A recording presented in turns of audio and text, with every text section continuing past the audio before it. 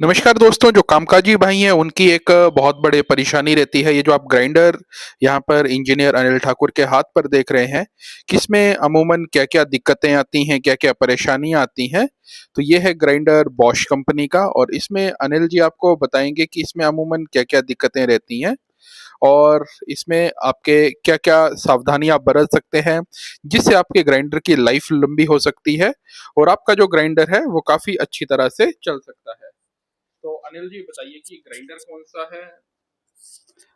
नमस्कार दोस्तों। ये जो ग्राइंडर है ये है बॉश का हमारा 800 वोट का ग्राइंडर है। ये 800 वोट का ग्राइंडर है। ग्राइंडर में जो सबसे ज्यादा जो कस्टमर जो गलतियां करता है, सबसे पहले तो इसका ये हेड को ही काट देता है कस्टमर, यानी जिसकी वजह से मशीन बहुत जल्दी खराब हो जाती है। खराब होने का रीजन है इसका लूज कनेक्शन। जब भी हम लूज कनेक्शन करते हैं तो जिसकी वजह से हमारी मशीन बहुत जल्दी खराब हो जाती है, यानी।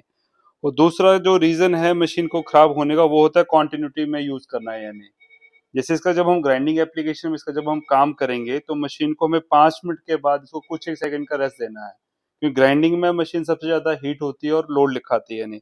जब भी हम कटिंग करेंगे तो कटिंग एप्लीकेशन पे हमें कम से कम 10 मिनट के बाद 1 या 2 मिनट का हमें इसका रेस्ट देना रहता है।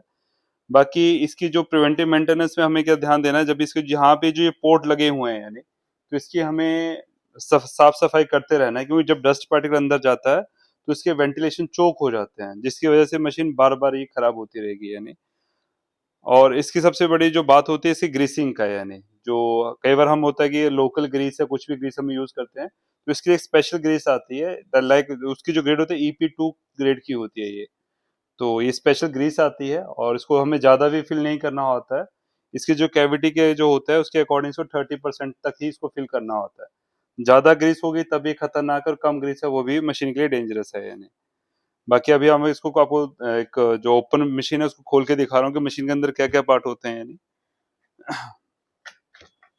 जो ग्राइंडर में जो होता है बेसिकली दो चीजें से ग्राइंडर होता है।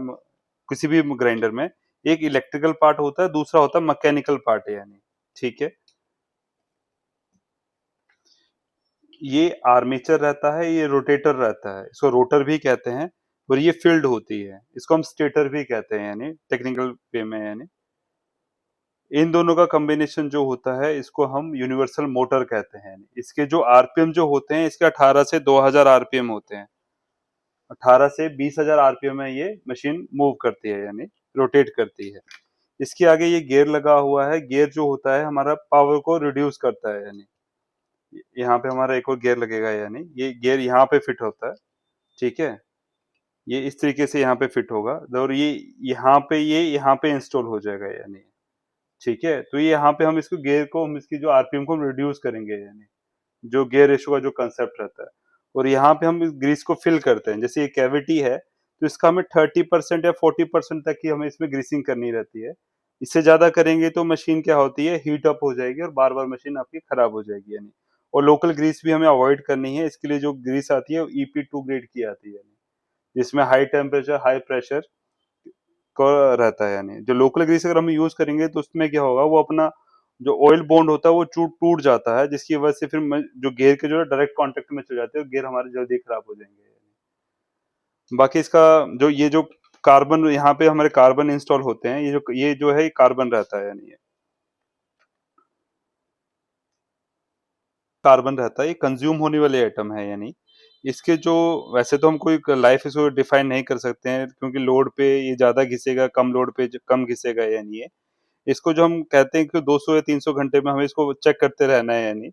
और हमें इसको टोटल खत्म होने नहीं देना है। इसके यानी जो मैक्सिमम जो एक नॉर्मल वेयरिंग पॉइंट तक ही इसको चलाना होता है। अगर इसके ज्यादा हम इसको कंटिन्यू चलाएंगे तो ये आगे कॉम्पिटिटर को खराब कर देगा, यानी बस यही दो दो तीन पॉइंट होते हैं जो मशीन को बार बार खराब करता है, यानी। और सबसे बड़ा जो मेजर रीजन है इसकी वायर का जो है, जब इसको हम एक्सटेंड करते हैं, यानी 10 मीटर तक एक्सटेंड करना है तो वायर पे कोई ज्वाइंट नहीं होना चाहिए, यानी कोई लूज कनेक्शन नहीं होना चाहिए, और कम से कम इसकी जो थिकनेस जो होनी चाहिए वो 1.5 मीटर की होनी चाहिए। अगर हमारी जो लंबाई है वो 10 से 20 मीटर की दूरी तक है, तो जो वायर की जो थिकनेस जो होनी चाहिए वो 2.5 mm होनी चाहिए, 2.5 मीटर का होना चाहिए। अब 50 मीटर जो होनी चाहिए वो 4 mm की वायर हम रेकमेंड करते हैं। जितनी वायर की मोटाई रहेगी उतना वोल्टेज ड्रॉप रहे कम होगा, यानी और जितनी वायर पतली होगी उतना वोल्टेज ड्रॉप बढ़ेगा और वोल्टेज ड्रॉप घटेगा और करंट से हमारी हीट बढ़ेगी। करंट बढ़ेगा तो हमारी हीट बढ़ेगी, जिससे मशीन बार बार खराब होती रहेगी।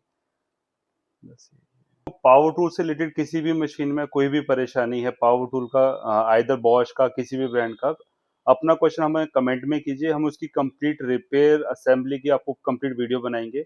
और इसी तरह की वीडियो के लिए आप हमारे चैनल को लाइक शेयर एंड सब्सक्राइब जरूर करें। धन्यवाद दोस्तों।